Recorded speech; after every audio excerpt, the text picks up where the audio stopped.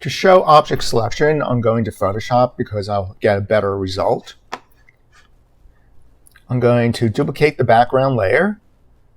I'm going to turn off the background layer because I might need it later on. Selecting the foreground layer, which I'll name FG by clicking there and just renaming it and pressing Enter. Going off to the toolbar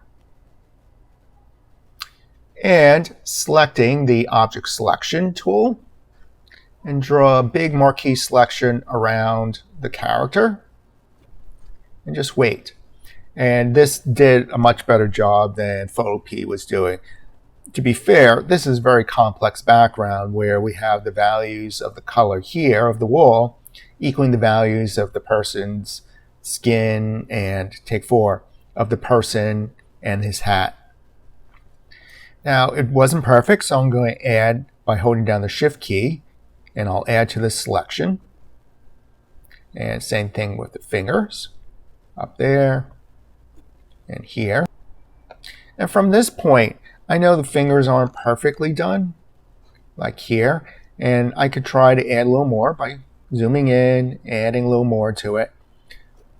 But I might not easily get the edges of the fingers or somewhere else on this character, even though Object Selection did a great job. So here I'll combine the technique of masking by clicking on this layer with the selection still made and clicking on the mask icon, and that masked out the area.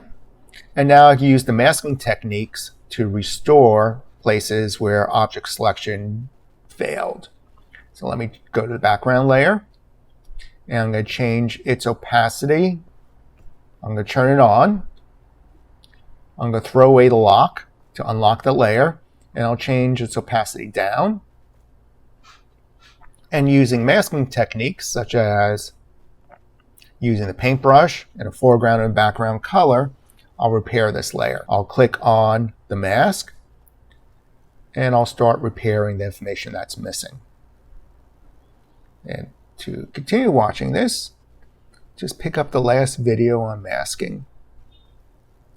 But you can see a combination of object selection first, and then a little masking to do touch-ups where you think it's needed. Then you turn on and off the layer to see if there's any big holes. And that seemed fine. It looks like only 1 or 2 little places. There's our mask. I'm going to turn off the background layer, and I'll export this PNG.